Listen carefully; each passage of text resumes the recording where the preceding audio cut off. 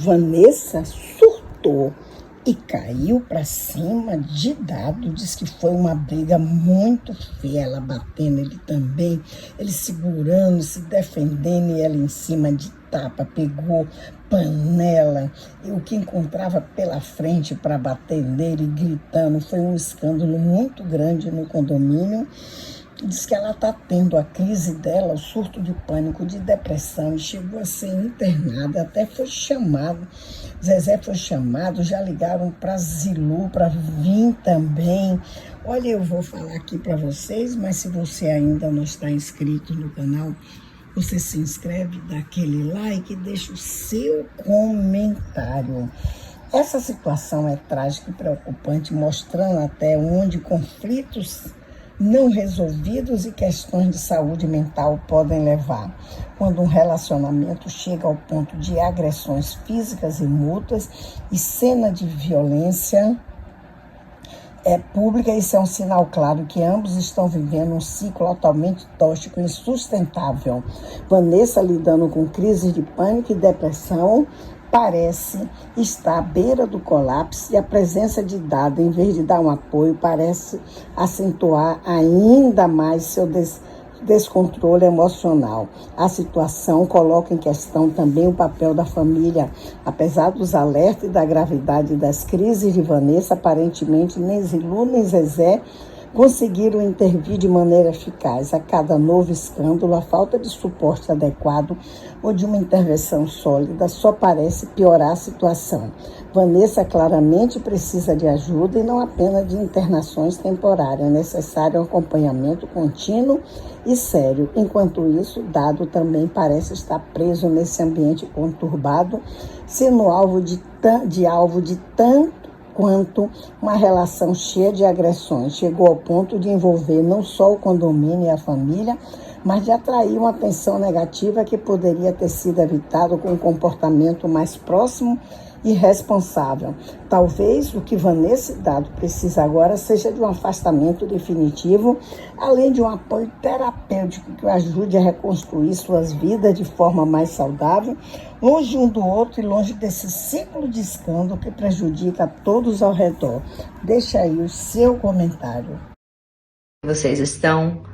Eu andei um pouco sumida das redes sociais, no geral, até da vida social.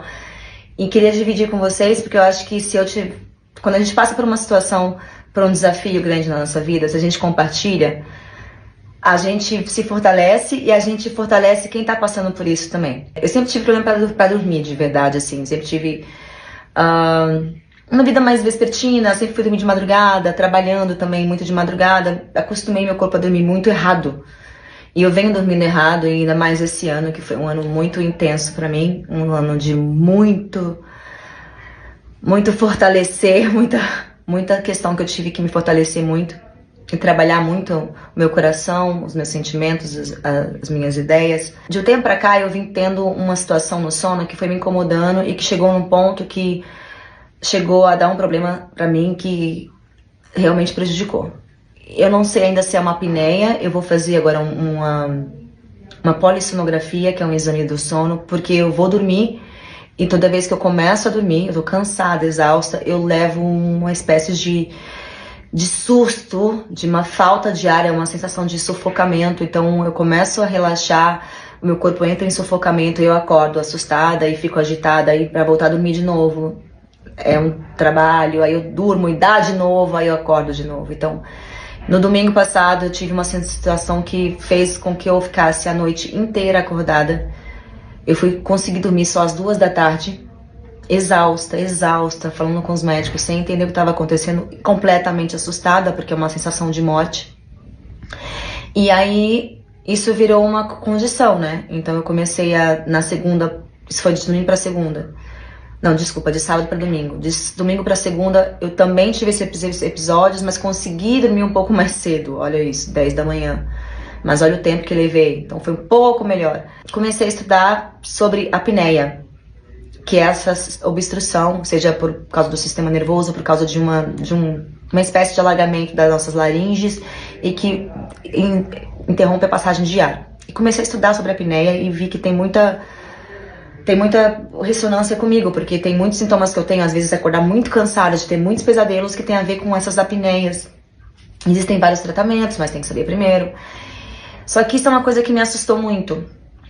E, obviamente, eu fiquei meio fora do ar, até pra trabalhar, pra fazer as coisas. E quando você é mãe, a gente se cobra muito em estar bem o tempo inteiro. Não, como assim eu vou ficar como mãe num domingo e não dormir às 2 da tarde exausta, sabe? Eu tava culpada de não ter tido as noites de sono pra não estar aqui. Então, tudo mexe muito com a nossa cabeça, mexeu muito com a minha cabeça. Foram 3 dias que eu fiquei bem assustada. E a gente se questiona às vezes por que a gente vive momentos, o que eu quero dividir com vocês, contando um pouco esse relato. Muitas vezes a gente está vivendo uma situação que desafia muito a nossa paz de espírito, a nossa sanidade mental, a nossa qualidade de vida. E a gente se questiona por que eu estou vivendo isso. E eu estava muito me perguntando, né, por que esse ano tem sido tão desafiador para mim, com tantos obstáculos, tantas dificuldades, tantas coisas que me doeram profundamente e eu estou tendo que viver. Eu tava vivendo, né, esses últimos dias uma sensação de morte, sabe? Uma sensação horrorosa. E eu falei, por que eu tô vivendo isso? E questionando muito a Deus, por quê? Quando a gente se ajoelha, quando a gente toma a atitude de orar, as respostas vêm. Então, o que eu quero falar com vocês, quando você estiver passando por um momento difícil na sua vida, confia que se você pedir ajuda, se você se ajoelhar e sinceramente precisar de ajuda, se você pede, vem. Em mim vem em forma de elucidações no meu próprio pensamento que foram me indicando caminhos e me mostrando, sabe? Eu já tô vivendo essa situação, mas menos assustada. Então ontem eu comecei a orar e chorando, cansada, às 5 da manhã, querendo dormir, não conseguindo. Eu comecei a refletir sobre tudo que eu tenho passado na minha vida nos últimos anos, os caminhos que me levaram a estar vivendo essa situação na minha saúde e como eu posso daqui conseguir evoluir e mudar isso na minha vida. Eu posso mudar isso? Eu tenho chance de mudar isso? Eu tenho chance de mudar isso. Então, várias reflexões passaram, o que eu preciso fazer, mas a principal delas foi entender que tudo que a gente passa na nossa vida, as coisas mais lindas, as coisas mais difíceis e dolorosas, elas têm um propósito. E o propósito nunca é com que você morra, com que você se destrua, com que seja uma dor, um castigo. Para mim ficou muito claro ontem que é uma forma de despertar geral, para várias coisas na minha vida que estão acontecendo que eu preciso despertar. E esse despertar, às vezes, vem por forma da dor, porque às vezes a gente não desperta na alegria, no bem bom, no confortável. E às vezes o universo quer que você dê uma reviravolta, porque ele tem um plano maior para você que você pediu. E eu percebi que eu tenho um acordo com Deus muito tempo, com o universo, com Deus, há muito tempo desde que eu nasci. Que é de ter um propósito de vida e qual é meu propósito aqui. E toda vez que eu me afasto dele, a minha vida vira uma avalanche. E aí algo muito forte me traz de volta para o meu propósito e me traz de volta ao meu centro. Então, quando eu passei por isso ontem, eu comecei a agradecer o que eu estou vivendo. Porque eu acho que é só dessa forma que eu vou mudar coisas que eu preciso realmente mudar na minha vida. Entre as minhas escolhas, os meus hábitos, a minha forma de ver o mundo, a minha forma de agir na minha carreira, na minha vida. Né? Às vezes a gente vai só atropelando e vivendo as demandas e tudo que tem que acontecer e a gente não para ser, para viver de verdade. Para realmente ser um ser presente na vida e estar aqui vivendo o nosso maior potencial, com potência mesmo. Tudo tem um tempo para acontecer, que é um trabalho às vezes de formiguinha, pouco a pouco, mas que a gente possa ter a consciência de que aquilo vem trazer a gente para outro lugar. Porque é isso que a gente veio fazer aqui, é muito além de pagar conta, de alcançar números. Quando a vida vem e parece que leva a gente numa avalanche, num tombo gigante, a gente se vê perdida, não sabe para onde cair, para onde ir.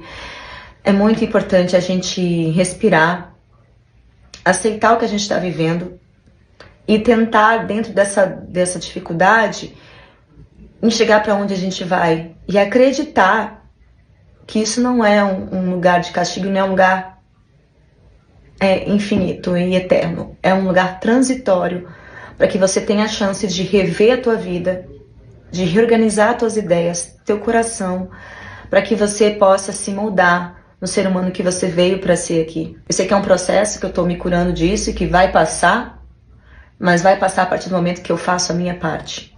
Que eu não vou me colocar...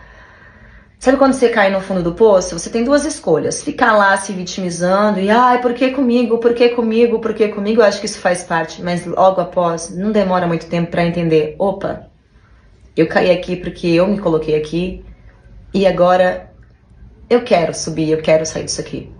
O que eu vou fazer para isso? E a gente tem que revirar. Revirar muito. E ter coragem para enfrentar os nossos próprios medos, nossos próprios fantasmas dentro da gente e seguir em frente acreditando que essa vida daqui, que a gente vive aqui, ela não é feita para sofrimento.